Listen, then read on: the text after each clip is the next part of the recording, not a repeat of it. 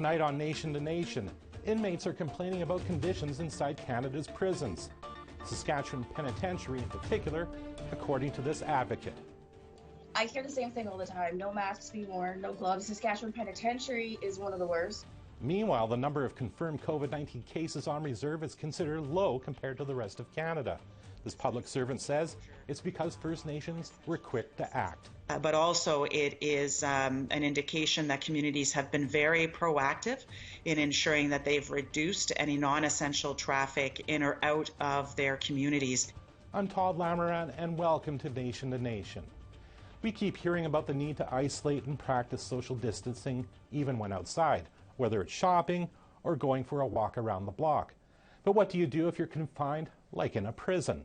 It's been a concern for some since this pandemic began in early March. One prisoner advocate says she's hearing all sorts of stories from inside Canada's prisons. The most concerning is the Saskatchewan Penitentiary in Prince Albert, one that has a high percentage of Indigenous inmates. Joining us from Melville, Saskatchewan, is Sherri Maier. Welcome to Nation, Ms. Maier. Thank you for having me. You speak to inmates and their families from all over the country. What are they telling you? Inside, they're all telling me, not just at Saskatchewan Penitentiary, but all across Canada, they're saying they're not wearing their masks, the guards, they're not wearing their gloves. A few of them have told me a key thing would be, to not having them take their uniforms home and wear them. They should be leaving them there and leaving them there and putting them on, as opposed to taking them home and bringing them back. That would be a way to reduce the virus. It's just, I hear the same thing all the time. No masks be worn, no gloves. Saskatchewan Penitentiary is one of the worst. They're telling me the guards are just holding their masks in their hand. Why hold them in your hand? Just put them on your face. CSC's website has actually said that they've had over 300,000 pounds of masks and protective gear. If you have that much gear given to you, wear it. You also keep in close contact with inmates inside the Saskatchewan Penitentiary as well. What Yes. are some of the issues they're telling you? Well, right now, primarily my contact is with Sask Pen. The max and medium institutions have been on, I guess they're saying about a 20-hour confinement. They honestly don't like it. They're not in any contact with the guards most of the time, as the guards, they sit in their little pods. So the only time they come onto the unit is when they do their punch or their checks. They just have limited access to anything. And, limited gym time. I mean, that's not a big necessity, but just, 15-minute phone calls to family. During a pandemic like this, they say, we would like more access to be able to talk to family, to check out how they're doing. That's a big concern for them. Are they being more or less kept in their cells almost 24/7 right now? Yes, they do have, I don't know what the exact schedule is, but I do know they're out 2 hours in the morning, afternoon, and then 2 hours in the evening. And then the rest of the time, they're pretty much confined to their cells. Do you know if there's any social distancing being done, for example, at meal times? From what I've heard, the meals are basically served on their units. There's only 24 inmates per unit at that maximum facility. So what they were doing is they were letting 12 out at a time. So one tier was out for those 2 hours. Then the next tier would come out for the 2 hours in the morning, and then they would do the same thing in the afternoon or the evening. So that's their way of social distancing. Now, you say telephone time, as you said earlier, has been cut, but you have been able to make some quick calls with some inmates, and you're even recording the calls. Why is that? The only call that I recorded was the one the other day, and I had recorded it because I had talked to a prisoner, a lifer that was out there, and he was getting kind of irate, and then I guess it was unexpected. He started to yell out to the inmates, basically, not in an angry way, but telling them, this is wrong, we need to do something. They're tired of it. It's been going on for almost a month. It was when a guard came out, because it was not his nature to really be that much of an outburst like that. So when he started yelling at the guards and that discussion was going on with the recording I had sent in, that's when I decided to start recording. The Office of the Correctional Investigator has seen your tweets on Twitter and asked that you contact its office. Did you do that? Yes.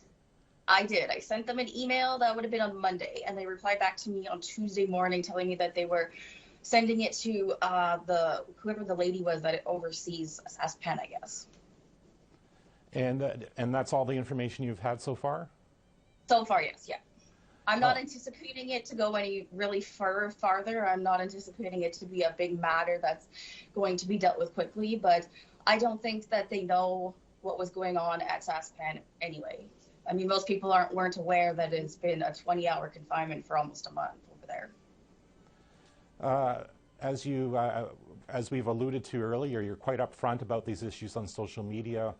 Has Correctional Absolutely. Service of Canada ever reached out to you? No, they won't. No. And why do you think that is? They know what I do. They're well aware of what I do. I've had my issues with the Regina Correctional Center in the past.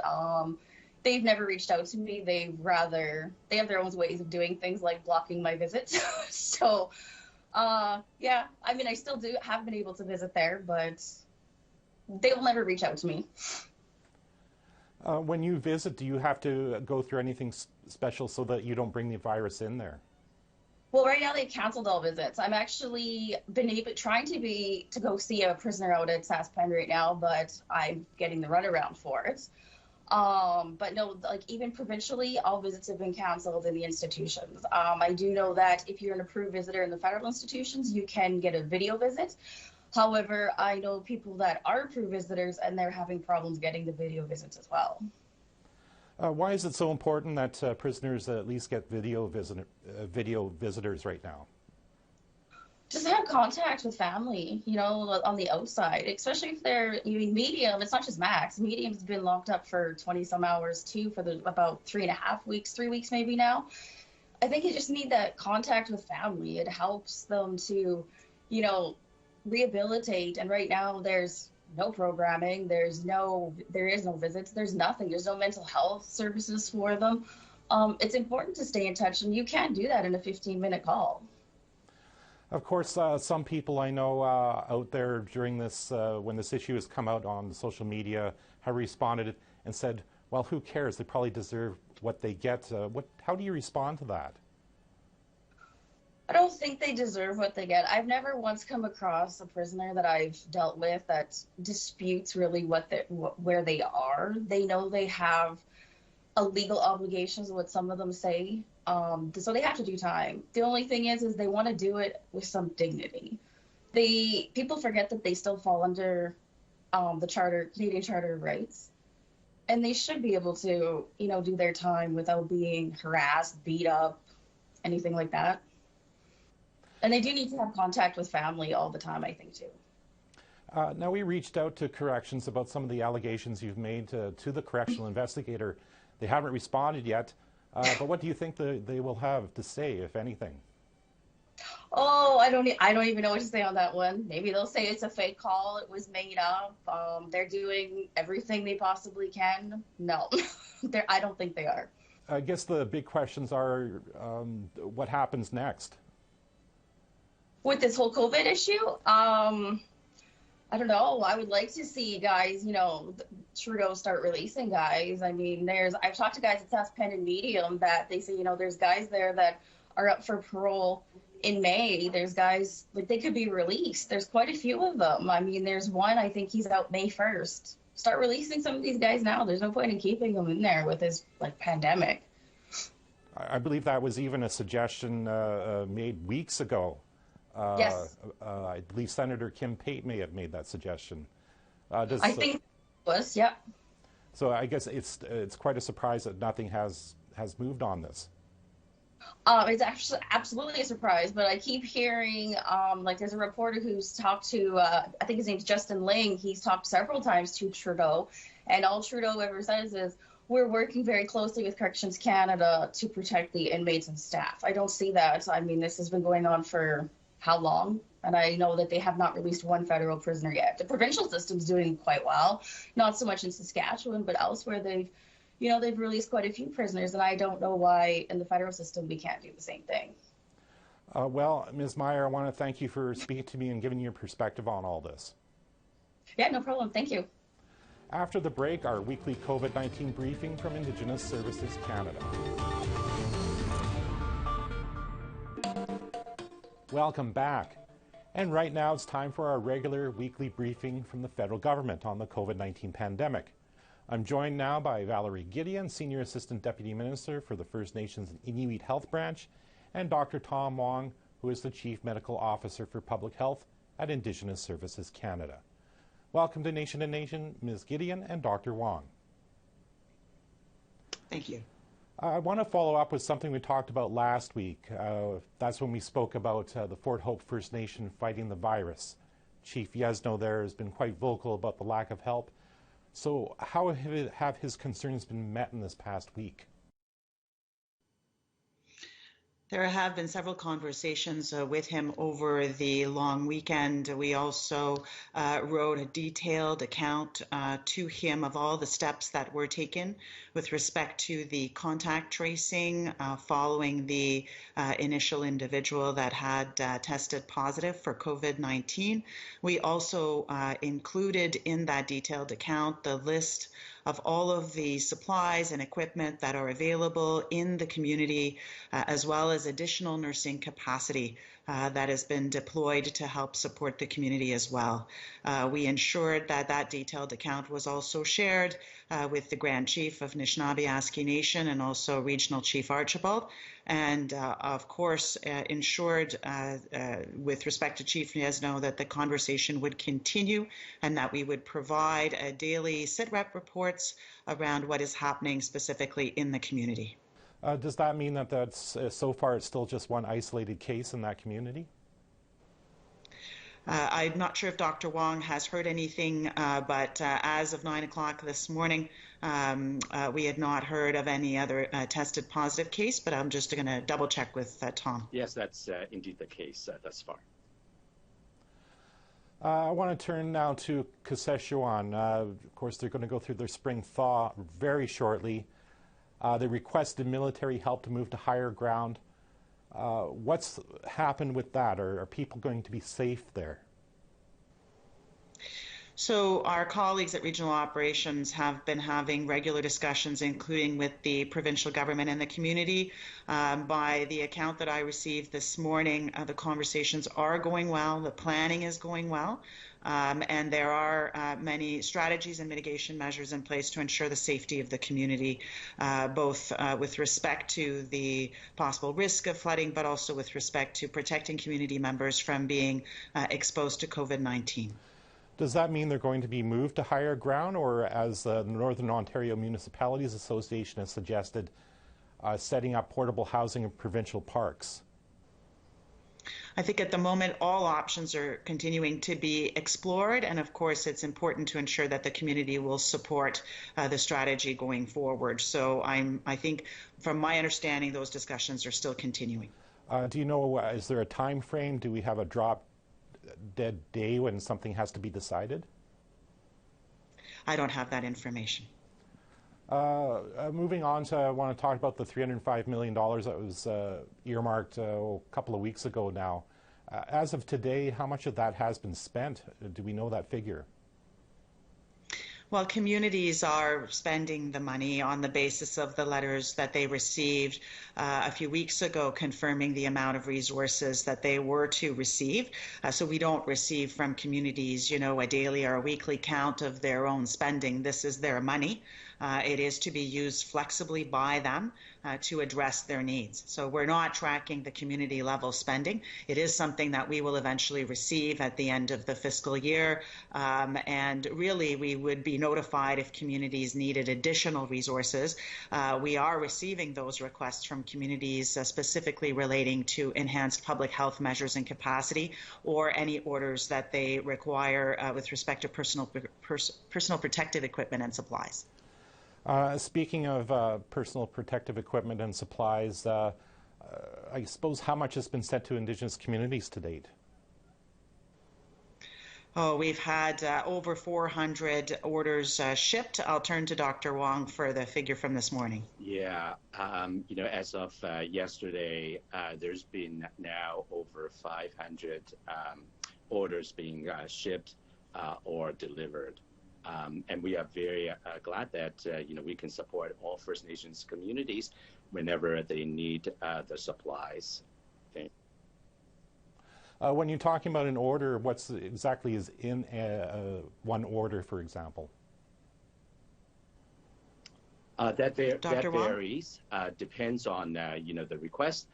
For some, it will be a number of boxes of gloves. For others, it could involve also gowns. For others, it could involve surgical masks, and those are supplies that are needed, to provide health services or health care, including the provision of health care and health services by home visiting nurses, as well as by family members, caregivers who have to take care of their family members.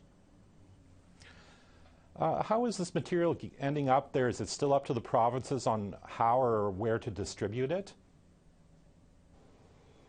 So we do receive direct requests from communities when they're unable to access supplies from provincial governments. Primarily, communities will seek supplies from provincial and territorial governments, but we are a backstop for them to ensure that they can access those when required.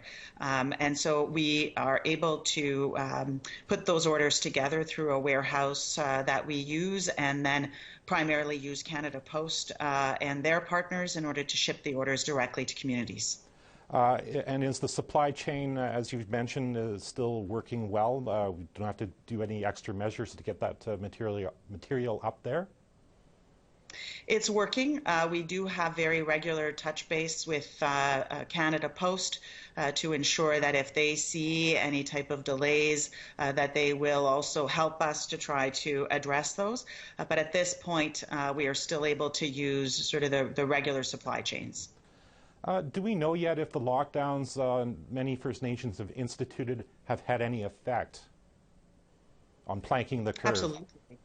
Absolutely. I mean, I think that clearly the number of tested positive cases in First Nations communities in particular is still very low.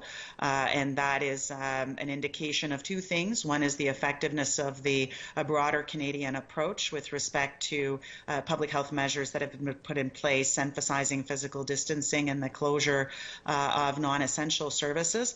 But also it is an indication that communities have been very proactive in ensuring that they've reduced any non-essential traffic in or out of their communities. And I'm just going to turn it over to Dr. Wong for any additional observations.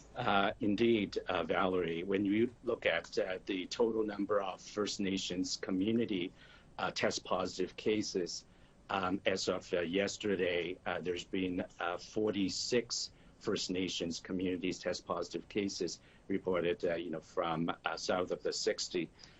When you actually compare that, with the overall Canadian total number of cases, we are looking at less than 0.2% of the total number of Canadian cases being reported.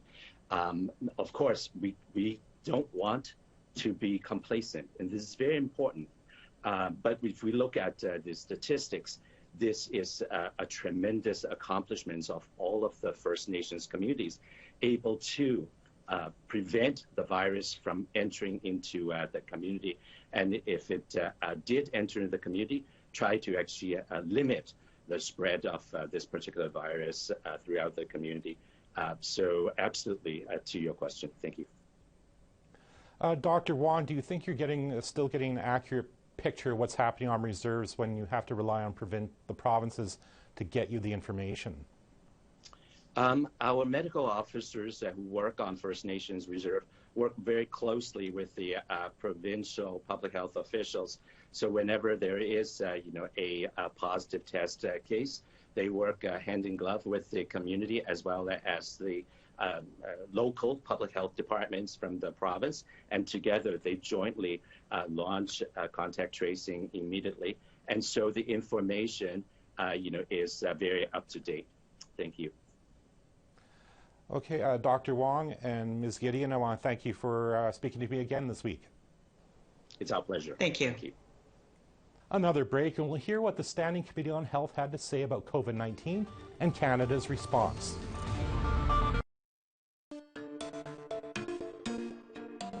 Welcome back. For the most part, Parliament is closed down. There is talk of members of Parliament coming back in a few weeks, but virtually, through some sort of video conferencing. That's happening already in the Standing Committee on Health. It met earlier this week via video conference to talk about Canada's response to COVID-19. One of the highlights was testimony by Dr. Joanne Liu. She's the former president of Doctors Beyond Borders. Dr. Liu said more testing needs to be done and it has to be prioritized for frontline health workers and for First Nation members who may be returning to their communities. In places like the First Nation area, where we know that we have a vulnerable community, we don't want to import COVID-19. So there should be testing. Just for example, when you have people from Montreal to go back to Nunavik, if you just ask them, do you have symptoms? Honestly, I think that people who are dying to go back to their community, I'm not sure they're going to share exactly, what's going on. And so I think that we should just test people. Another highlight was when NDP MP Don Davies asked about a new COVID rapid test kit. It would mean tests would not have to be sent to a remote lab for processing. Canada is looking to secure 40,000 units per month, but from an Ottawa-based company scaling up a new business line. Could you confirm when these testing kits will be made available to remote and Indigenous communities, and let us know if you're confident whether 40,000 units per month will be a sufficient supply to meet the testing needs of remote and Indigenous communities? Again, we're starting up here, so we're hoping they hit kind of full production in July, but there's a gradual ramp up. But again, new technology, so we're working with them to kind of get that up and running. We're all anxious to get that going. So it's the delivery details being worked out, but we're hoping they hit full production scale by July. Margaret Eaton is the CEO of the Canadian Mental Health Association. Not surprisingly, she testified that Canadians have become more anxious and depressed. People with serious mental illness and addiction are particularly vulnerable. Many of CMHA's clients are facing housing instability, and they live in situations where practicing physical distancing and infection control is very challenging. In many communities, the programs, services, and treatments that they rely on have been suspended. They are at serious risk of infection, loneliness, increased symptoms, and relapse. Indigenous peoples are perhaps the most vulnerable of any population in Canada. Many community members live with serious mental health issues as a result of colonization. That's our show for this week. If anyone is anxious because of current events, and I know I'm not sleeping that well this week, there is an Indigenous mental health hotline to call. It's called the Hope for Wellness Helpline, and the number is 1-855-242-3310. And if requested, they can try and contact counselors who speak Cree, Ojibwe, or Inuktitut. I'm Todd Lamoran. Thanks for watching.